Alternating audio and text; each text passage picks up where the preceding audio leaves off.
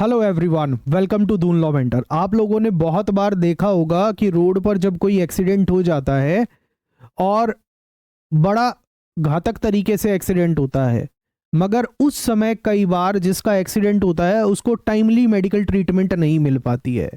और medical treatment ना मिलने के कई कारण होते हैं, जैसे कि कोई रिलेटिव वहाँ पर प्रेजेंट नहीं है, या फिर हॉस्पिटल इलाज इसलिए स्टार्ट नहीं करता कि खर्चा कौन देगा, या फिर पुलिस का इंतज़ार रहता है। वैसे भी कहते हैं कि रोड एक्सीडेंट होने के बाद, जो इंजरी के बाद, ट्रॉमेटिक इंजरी के बाद जो पहला घंटा होता है वो बहुत इम्पॉर्टेंट होता है।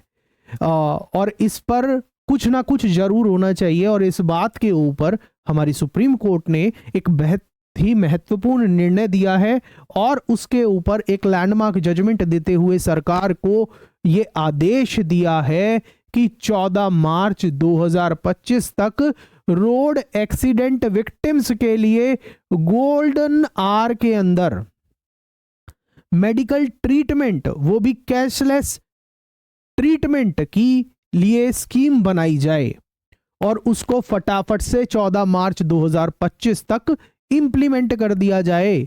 आज के इस सेशन के अंदर इस महत्वपूर्ण जजमेंट के बारे में हम डिटेल में बात करेंगे। सुप्रीम कोर्ट की क्या गाइडलाइंस हैं, क्या डायरेक्शंस हैं सुप्रीम कोर्ट की, और गोल्डन आवर का कंसेप्ट क्या होता है रोड एक्सीडेंट के अंदर, कौन से प्रावधान के अंदर दिया हुआ होता है।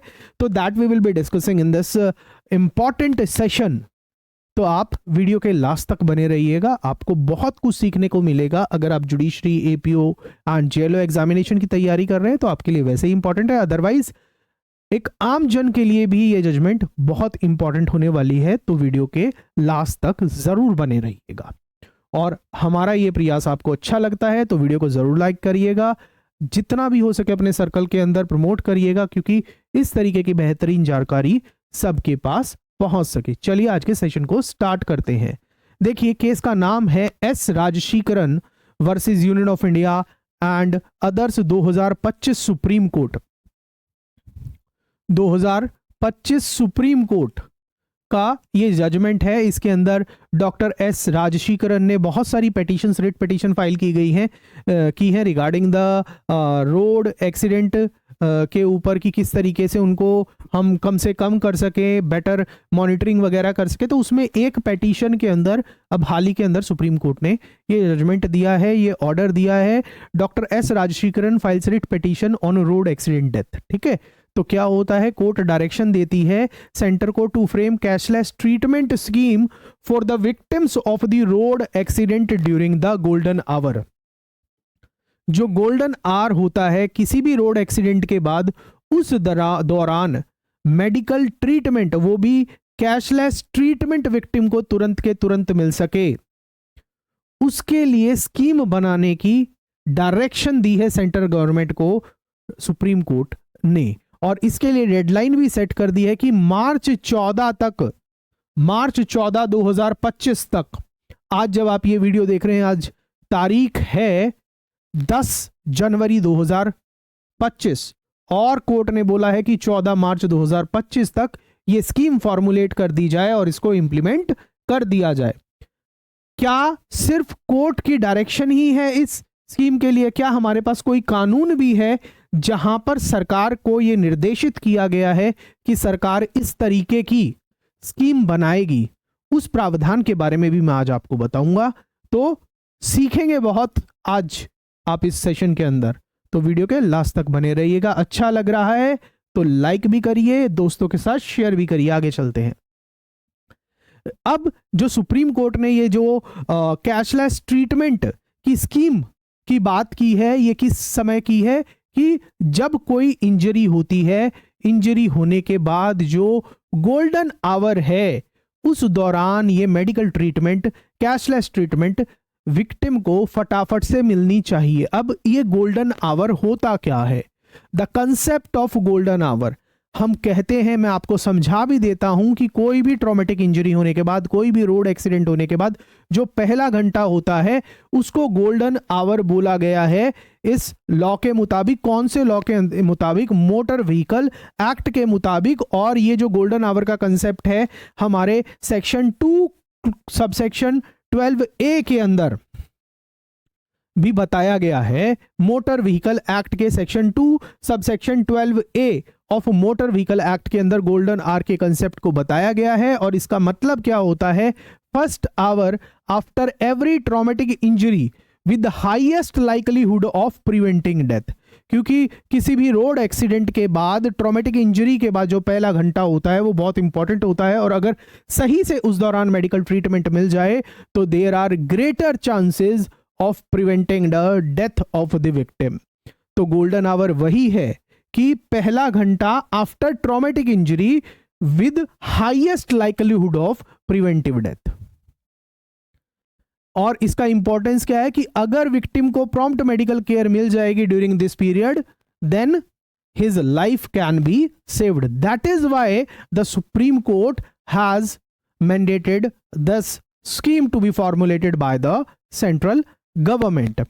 अब इसके रेफरेंस में हमारे कानून के अंदर भी कुछ प्रावधान हैं, उनको भी हम एक बार डिस्कस कर लेते हैं। देखिए, section 162 of the motor vehicle act ये मैंडेट करता है कि सेंट्रल गवर्नमेंट को एक स्कीम फॉर्मुलेट करनी है for the cashless treatment of the road accident victim during the golden our.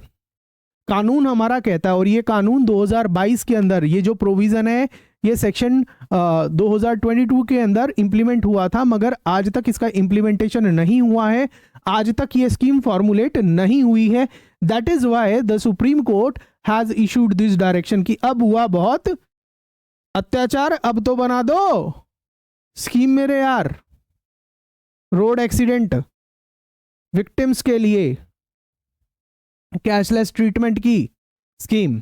ठीक है, 2022 में यह प्रावधान हुआ था, और उसके अलावा section 162 of motor vehicle act भी यही हिदायत देता है, यही मैंडेटरी ड्यूटी डालता है सरकार के ऊपर कि सरकार को रोड एक्सीडेंट विक्टिम की कैशलेस ट्रीटमेंट के लिए स्कीम बनानी है।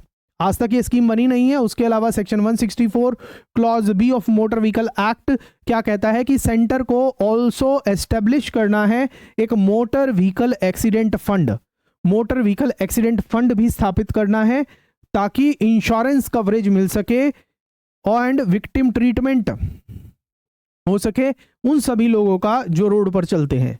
For the insurance coverage and the medical victim of the road accident, उनकी ट्रीटमेंट के लिए ये फंड स्थापित करने की बात की गई है, मोटर व्हीकल एक्सीडेंट फंड। इसको भी सेंटर को ही स्थापित करना है। अब देखिए, कैशलेस ट्रीटमेंट को या फिर जो गोल्डन आवर के दौरान जो ट्रीटमेंट है विक्टिम को क्यों नहीं मिल पाती है, उसके कारण ये बताए गए हैं कि विक्टिम को डिलेड ट्रीटमेंट होती है। क्यों होती है डिलेड ट्रीटमेंट? क्योंकि उस समय पर कोई रिलेटिव प्रेजेंट नहीं होता और हॉस्पिटल को ये खतरा रहता है कि पैसे कहाँ से मिलेंगे, पैसे तो हमें मिलेंगे ही नहीं, और या फिर पुलिस के आने का इंतजार रहता है, जिस वजह से क्रिटिकल केयर, क्रिटिकल समय पर विक्टिम को सही मेडिकल ट्रीटमेंट नहीं मिल पाती है। और ये स्कीम भी जो कैशलेस विक्टिम ट्रीटमेंट की जो स्कीम है 162 मोटर व्हीकल एक्ट के अंदर जिसको मैंडेट किया गया है, ये आज तक इंप्लीमेंट भी नहीं हुई है। No scheme has implemented since section 162 came into force and more over there are also funding issues over the treatment amount limitation in the draft concept note. Centre ने जो ड्राफ्ट कंसेप्ट नोट भेजा है उसके regarding भी कुछ concerns raise किए हैं supreme Court ने, और पेटिशनर के द्वारा भी रेज किए गए हैं। वो क्या हैं कि जो कंसेप्ट नोट है, ड्राफ्ट कंसेप्ट नोट है, जो वो मैक्सिमम लिमिटेशन फिक्स कर रहा है 1,50,000 रुपीज की। ठीक है, और उसके साथ साथ जो मेडिकल ट्रीटमेंट वो मिलेगी वो maximum 7 days from the road accident मिलेगी। ऐसा कुछ ये लिमिटेशंस लगाई गई हैं, इनके ऊपर भी सुप्रीम कोर्ट ने कंसर्न्स रेज किए हैं। Now the coming to the Supreme Court exact directions, these directions are as follows.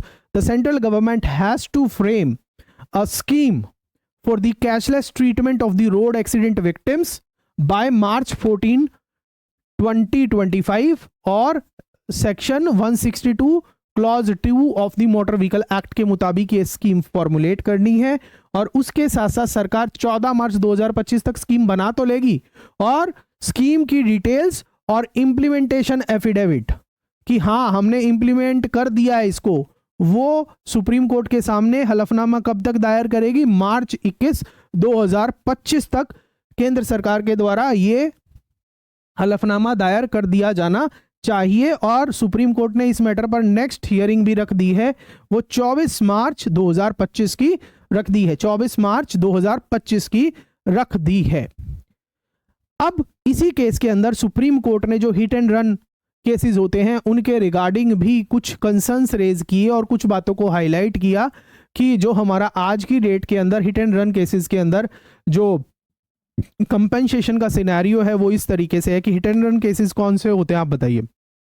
कि रोड एक्सीडेंट हुआ, एक्सीडेंट करने वाला भाग गया वहां से, वो ट्रेस नहीं हो पाया, तब ऐसी स्थिति के अंदर सरकार को कंपेंसेशन देनी पड़ती है विक्टिम को।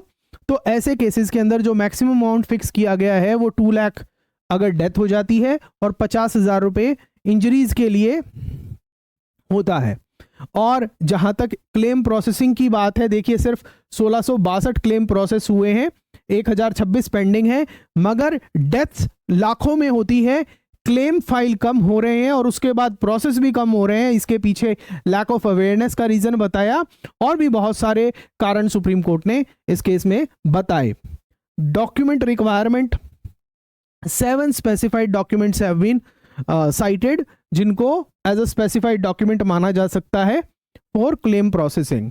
डिजिटल पोर्टल डेवलपमेंट के बारे में भी इस केस में बोला गया कि जो जनरल इंश्योरेंस कॉर्पोरेशन है वो एक डिजिटल पोर्टल स्थापित कर रही है और इस डिजिटल पोर्टल के एस्टेब्लिशमेंट का बेसिक पर्पस क्या है? ताकि क्लेम प्रोसेसिंग स्मूथ हो सके, आसान हो सके, डॉक्यूमेंट्स वगैरह अपलोड हो सके और नोटिफिकेशन भी भेजी जा सके क्लेमेंट्स को, और जो स्टेटस है वो सारी चीज़ें चेक हो सके। अगर कोई कहीं पर भी कोई कमी है, कोई खामी है, उसके बारे में कंसर्न्ड पर्सन को, कंसर्न्ड अथॉरिटी को नोटिफाई किया जा सके। तो इस तरीके से जनरल इंश्योरेंस कॉर्पोरेशन एक डिजिटल पोर्टल भी स्थापित कर रही है।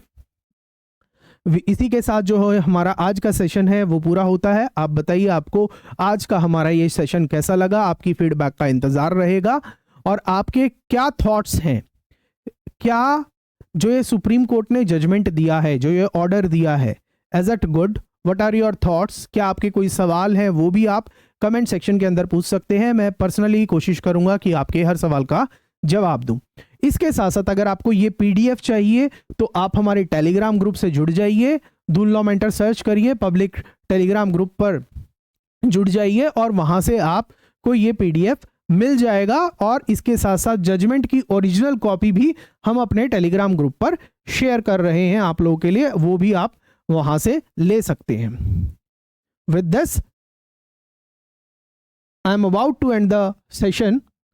उससे पहले एक बहुत ही महत्वपूर्ण बात, अगर आप जुडिशरी और एपीओ एग्जामिनेशन की तैयारी कर रहे हैं और 2025-26 के अंदर आपको एग्जाम देना है, कंफ्यूज्ड हैं कि कैसे तैयारी करनी है, तो आप हमारे पेड कोर्सेज को एक्सप्लोर कर सकते हैं, उनको ज्वाइन कर सकते हैं हमारी वेबसाइट से, हमारी एंड्रॉयड ऐप से। इसी के साथ मैं आज के सेशन को एंड करता हूं। चलिए मिलते हैं आपसे नेक्स्ट सेशन के अंदर। फीडबैक जरूर दीजिएगा अगर आपने आज के सेशन से कुछ भी जरूर सीखा है तो। चलिए मिलते हैं नेक्स्ट सेशन में। Thank you.